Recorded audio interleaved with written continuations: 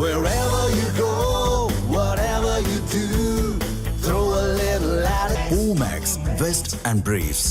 போலி வாக்காளர்களை நீக்குவதற்காக வாக்காளர் பட்டியலில் சிறப்பு திருத்தம் மேற்கொள்ளப்படுவது காலத்தின் கட்டாயம் என மத்திய அமைச்சர் எல் முருகன் தெரிவித்துள்ளார்.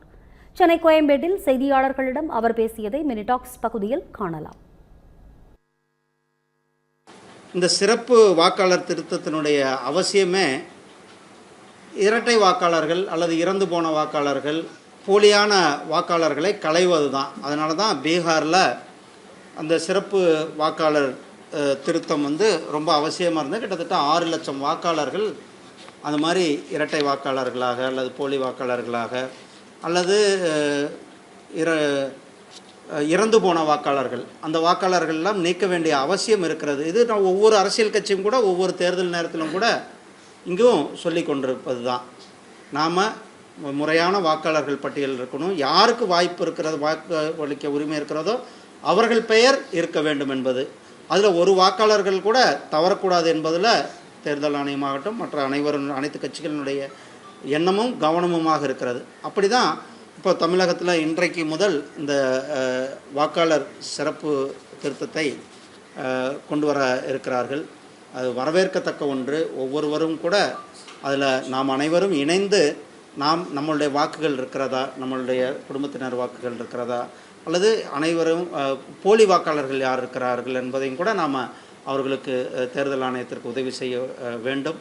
நம்மளும் நம்மளுடைய வாக்குகளை நம்ம சார்ந்த அனைவருடைய வாக்குகளை அதில் அவர்கள் கேட்கின்ற படிவத்தை கொடுப்பது சிறப்பாக இருக்கும்.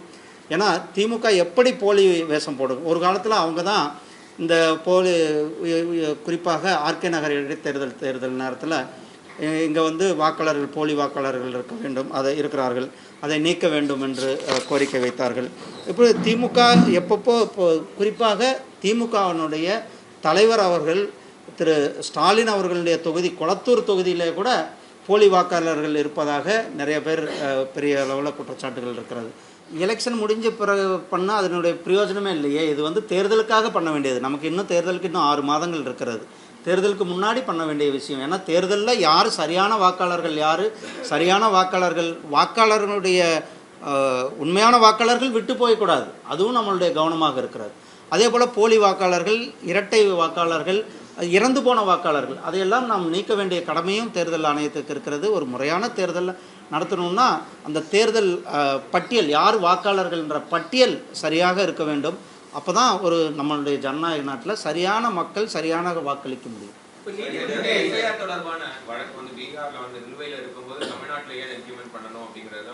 நீங்கள் பாருங்கள், சுப்ரீம் கோர்ட்டு உங்களுக்கு தெரியும், சுப்ரீம் கோர்ட்டினுடைய கைடன்ஸ், சுப்ரீம் கோர்ட்டினுடைய அவர்கள்லாம் சொன்ன பிறகு தான் பீகாரில் பண்ணியிருக்கிறார்கள்.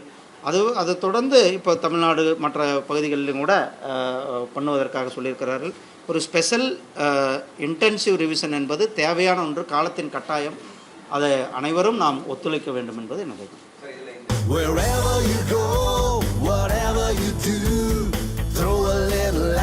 Omax, Vest and Briefs.